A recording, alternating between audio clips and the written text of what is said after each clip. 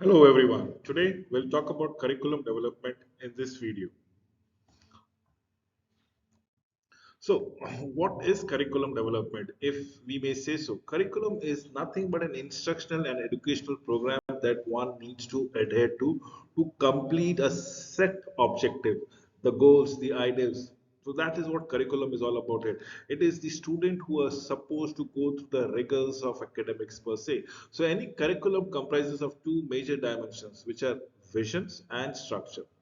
Also, curriculum is multifaceted, involving more than just contents and emphasizing the planned experiences, which has been facilitated by the tutors or the faculties thereby. And what are we talking about? We are talking about experiential learnings. Out here, people might be sharing their experiences, what they have come across in life, so that the students, the pupil, the participants are appreciating or probably are being educated as to what happens in such scenarios and how to react the possible phase.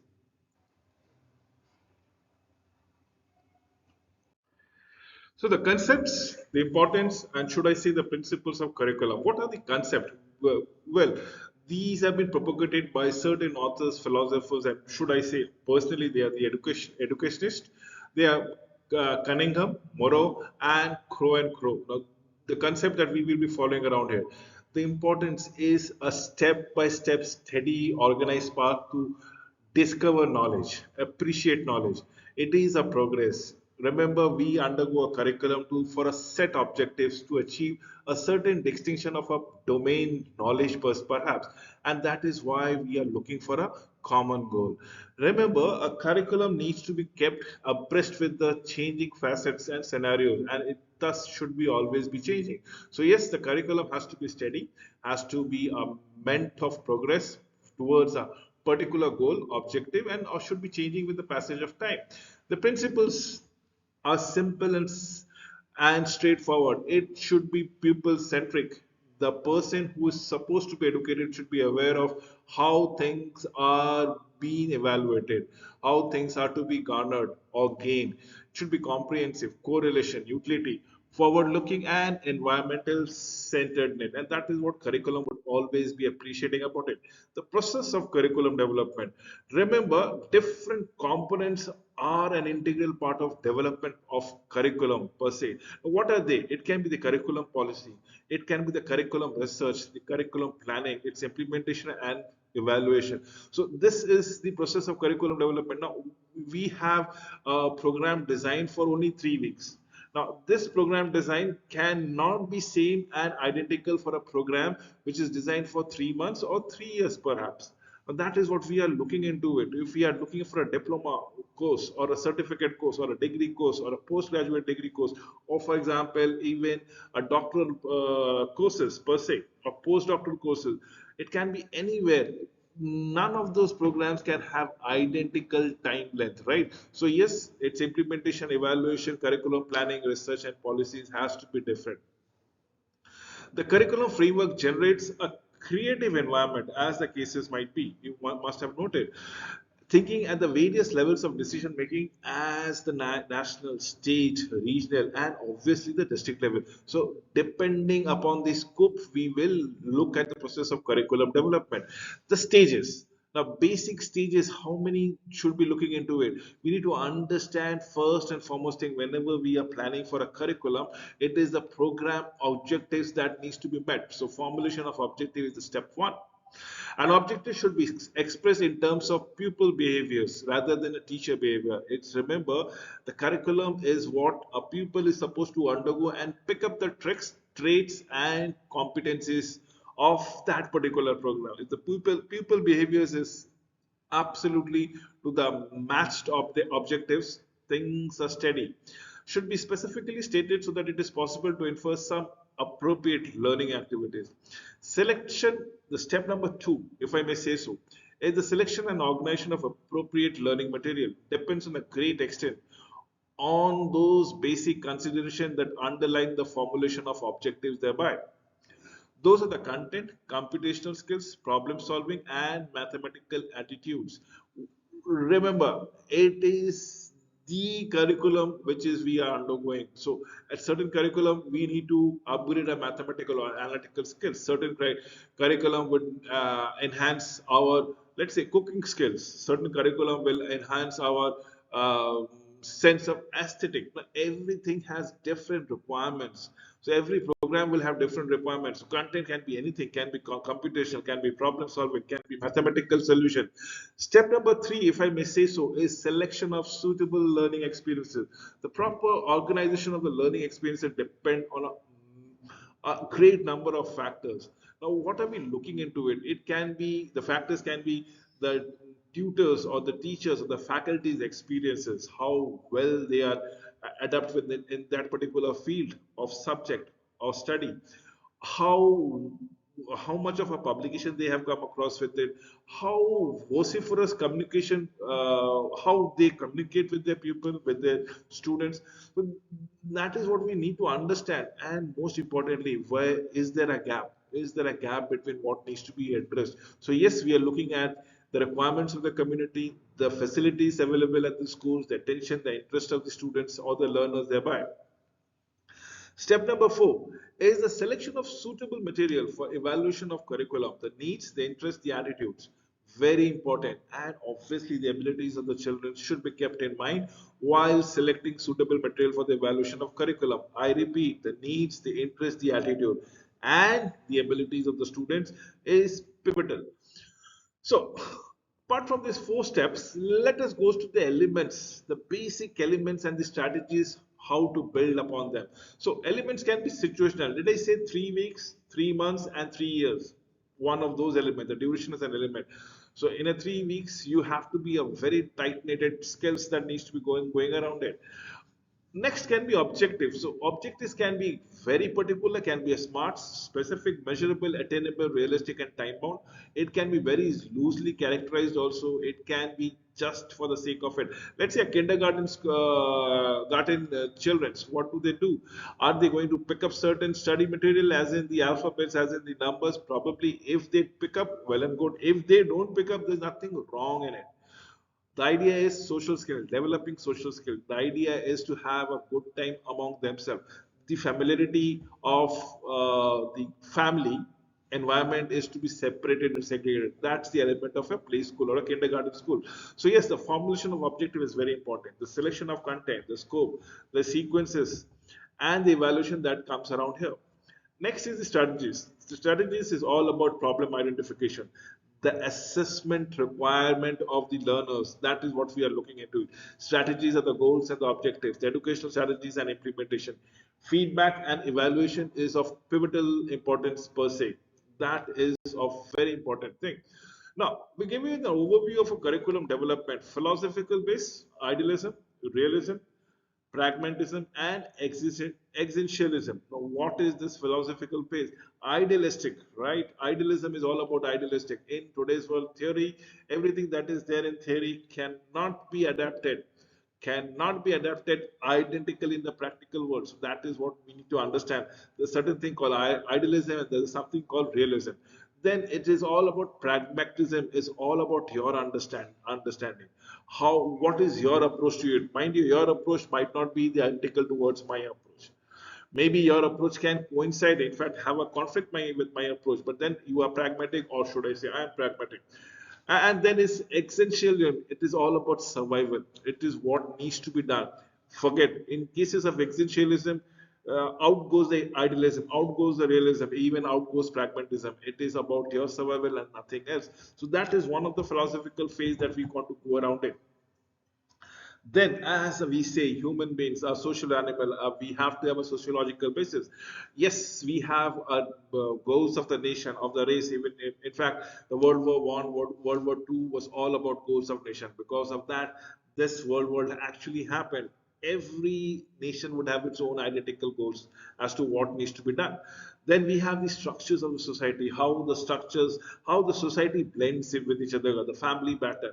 Is it a nuclear family that we are looking at? Is it more of a bachelor's identical or singletons? Is it the government subsidy? Government takes care about the elderly people or the children, destitutes. Now, what are we looking into? Is the family pattern, or is it a joint family pattern? Is the big family staying together? Yes, this is the sociological base that we would love to address, and then comes the social needs.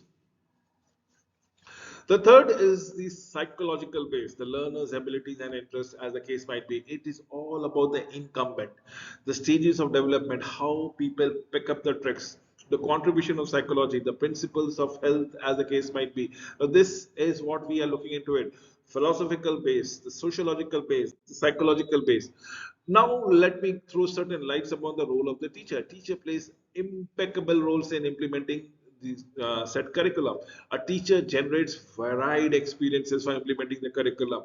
She provides such curriculum experiences through flexible understanding of the aim, understanding, giving a not a fixed aim, probably certain goals in and around the aim, probably there, where therein, as you proceed, you will automatically realize the exact goal for say contextualization of the learning and varied learning experiences, thereby the resources. Let us tell you about the CERT. CERT is the responsibility for preparing the curriculum. This is the board that we are looking into it for a courses, for academic courses. Depending upon it, it can be secondary schools, it can be anything that goes around. Then we have NCRT, the National Council for Educational Research and Training. Uh, this again has been done by Government of India, as I am giving it to you, the central and the state government on policies. Then we have NCT. NCT is National Council for Teachers Education. It is not only about the people that we are working around it, or we should be worried about it. It is also about the teachers that needs to be educated as and when on basis. So that is very important, as I say so. Now, what is the role of CERT as such? Now,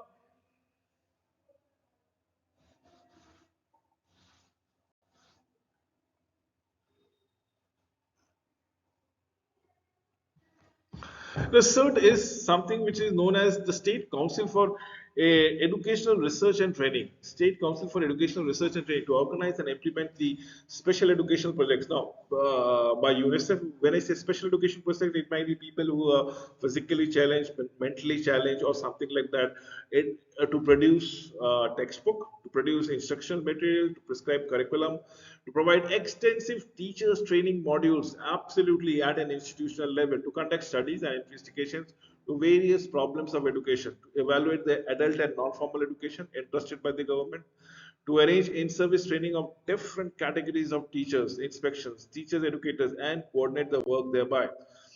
Now, let me give you the National Council for Teachers Education undertakes nothing but the surveys pertaining to all aspects of only teachers. Remember, this is only for teachers' education. It publishes the best practices thereby. It coordinates and monitors the teacher education system throughout the country. It lays down the guidelines for the minimum qualification needed for an individuals. It examines its own laid down guidelines, norms, standards for the improvement. It takes up necessary steps for the prevention of commercialization of teachers' education. It identifies the recognized institutions and new institutions for the development program per every teacher. Now, let me throw certain light about the role of NCERT in curriculum development. This is National Council for Educational Research and Training. Training. What does it goes around it? It develops, probably even disseminates the innovative educational techniques and practices. It also develops and disseminates innovative educational techniques and practices, prepare and publish model, textbook, supplemental material, newsletters, journals, and other related literature, organizes pre-service, even in-service training of teachers. It can be outbound or it can be inbound. So the teachers can go to the NCRT location, or the NCRT resource people can come to the schools, colleges, and probably upgrade the facility thereby. Collaborate and network with state educational department, universities, NGOs, and other educational institutions. Acts as a clearinghouse for ideas and information in matters related to scientific education. Also, it acts as a nodal agency for achieving goals of universalizations of elementary education. The concepts, what are the requirements of curriculum design? Curriculum design is a statement which identifies the element of curriculum state and states what their relationships are all about. It indicates the principles of organization, the requirement of organization for administrative conditions under which it operates. It involves planning activities regarding probably regarding lessons, events, reading, assessment, and even the goals thereby, the educational goals thereby. Now, I'll allow me to give you the significance of curriculum design. It realizes the educational objective that is very important. Proper utilizations of time and energy, acquisition of knowledge, determines structures of content, develop personality, preparation of textbook, conducting examination is the basic requirement of curriculum design. Also organizing the teaching and learning situations. Decision about the instructional material, development of KSA, the knowledge, skills, and attitude. What are the importance thereby? First and foremost thing, it aids to the improvement of country's economy. It tries to answer certain uh, pressing conditions, provide solution, come up with issues related to poverty, climate changes, sustainable development. Basically, it's a fundamental to the social development growth. It can be used to fund research, develop endeavors, help educators and institutions provide high quality education initiatives. Principles thereby are both to be challenged and enjoyment. The development of curriculum is all about challenging and probably discovering innovative ways to ensure that the people are coming to the requisite modes of understanding, the breadth, the progression, the depth, the coherence, the relevance, and the personalization and choices thereby. Introduction of the subject centered curriculum design. Now, this is what we are looking into it. Subject centered curriculum design is a design approach for a particular subject only. It is based on the idea that the student should learn the importance of concept of a subject regardless of the individual interest. Basic subject people should be aware of. For example, language. For example, mathematical skills. For example, social skills thereby. So basic things. The central objective of any subject center approach to curriculum is the student mastery of a specific knowledge, the content that we are looking into it. This is nothing but step by step approaches to ensure that the student gains all information regarding to the skills needed at the content area. That is very, very important per se. Now, let me give you the characteristics and drawback of the subject-centered curriculum. Let me talk about the characteristic. Learning subject matter is an end in itself, as in the objective. There's a predetermined uniform standard of knowledge. Practice and skills and emphasizes. Emphasis is placed upon acquiring the information for future use. Drawbacks, what are they? The separation of the subjects, the lack of integration, probably you're not able to correlate. See, mathematics can be correlated with algebra, can be correlated with statistics, can be correlated with calculus. But can mathematics be correlated with history? Or should I say mathematics is important, history is not? Very wrong to say, because history is equally important. Until and unless you know your history, you will not see how much progress have you done. You will not ensure that similar rate of progress continues in the future also. So that is what we are looking into with the lack of integration, the passive learning, the system of authority thereby. The learner-centered curriculum design. The learner-centered curriculum design takes up each individual needs, interest, goals into consideration. Instructional plans in a learner-centered curriculum are differentiated, giving the students the opportunity to choose assignments, learning experiences, or activities. This can motivate students and help them stay engaged in material that they are learning. Teachers play an essential role, absolutely essential role in this education process. Program design support. Now, what are we looking into it? We have the form, the content, the orientee. We have the internal data, the external data. We need to understand what are my program objective is all about it, the outcomes there about it. Can we have the competency rubric, create curriculum map, create curriculum materials, implement, assess, and probably refine. Now, let me give you the characteristic of learner-centric curriculum. Learner-centric teachers engage students in hard, messy work of learning. Learner-centric teaching includes a lot of explicit skill instruction, explicit in black and white, what to do and what not to avoid.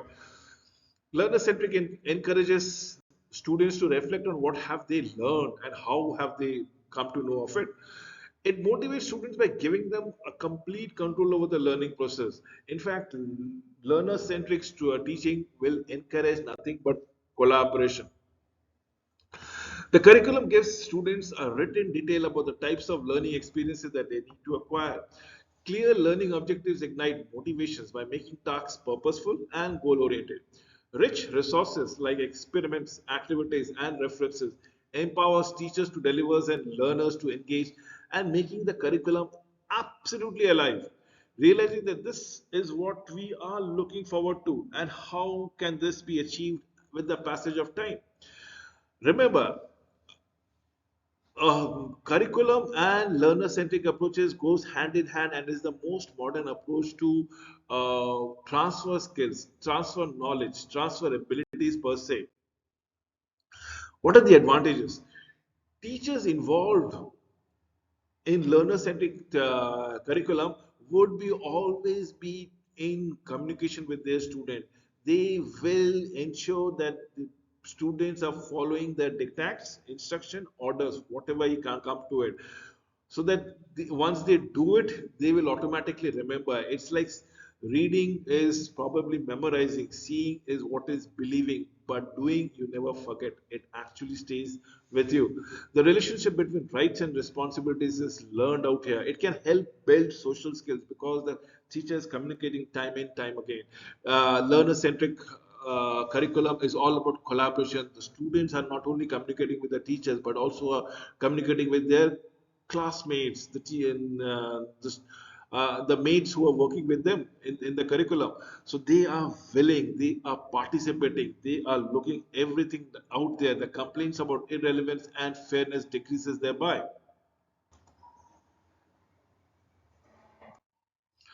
Now we'll talk about the disadvantages of learner-centric curriculum. Since it is the student who is supposed to pick up the tricks, to pick up the traits, since it is dependent upon the students, so the progress of curriculum takes place, it is a delayed system. It takes longer time for completion. It takes a long time for the teachers, and teachers generally do not want to use the cooperative learning method. Why? Because that is something which will be nagging and taking a long process of time.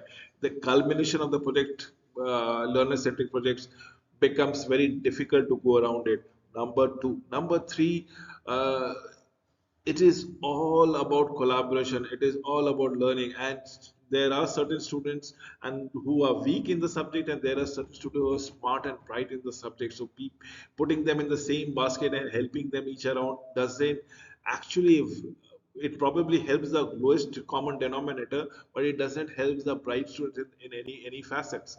So it requires the special skills of the teachers so that teachers can do this cooperative learning. Specific nature of the student demand also takes a lot of time.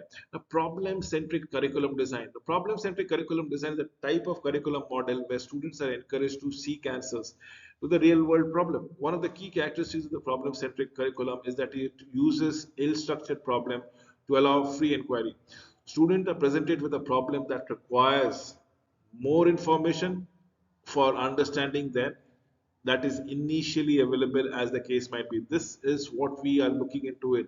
So it is a type of curriculum where the students are supposed to find out, make an inquiries, and probably seek solution on their own. Probably that's what the key characteristic.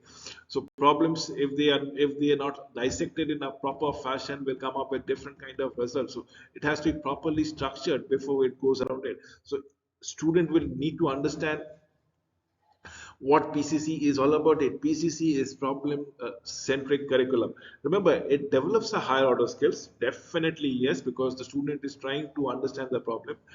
It develops the technical and practical knowledge. It promotes collaboration. It promotes lifelong learners and promotes learners towards innovation, as the case might be. These are the advantages thereby. But what are the disadvantages?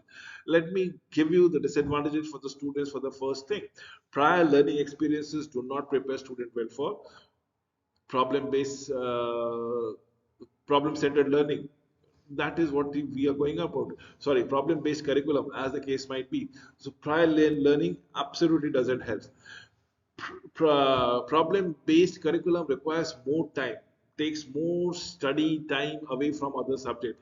It even creates a sense of lost, a sense of low confidence, sense of low morale, because people are not, most of the people are not able to dissect the problem properly. So it creates an anxiety. Learning is messier. Sometimes group dynamics issues compromises the problem-based curriculum effectiveness. Did I say about the weak students and the bright students? And then there might be conflict within them. People might not help each other, or people might pull down each other, and things doesn't achieve to the requisite objective. Less content knowledge may be learned. Now, allow me to discuss about the instructor, the teachers, the faculties. It creates suitable problem scenario is absolutely difficult, absolutely difficult. It requires more preparation time. Students have to have queries during the process altogether. Group dynamics issues might require faculty intervention. More often than not, it raises new question about what to assess and how to assess. Now, let me give you the disadvantages from the college, schools, and probably the institution's point of view. It requires a change in educational philosophy. For faculty who mostly lecture, faculty will need staff development and support. It generally takes more instructors. It works best with flexible classroom space. It engenders resistance from the faculties who questions its efficacy in the very first point. That is what we are looking forward to it. Conclusions, I'll give you the conclusion before we wind it up. We have subject-centered curriculum. This model emphasizes the certain skills, knowledge, attitude that is associated with the subject only. Problem-centric curriculum would be the approaches where student relive the real life problems in a laboratory condition. So learners are supposed to look into the problem, dissect the solutions, dissect it into smaller problems before coming to the solution altogether. The next is the third is the learner centric solution. It is focusing only on the students. One is subject, the next is uh, the learner centric, and the other one would be problem based. So we have the subject, the problem based, and the learner centric. This is where the learner is supposed to do it on their own, depending upon the needs and the goals around it. With this, you can utilize your pre-existing knowledges and the learning style to the students. Generally, this type of curriculum development align most closely with the process focused curriculum. With this, I come to an end of this presentation. Thank you for watching it.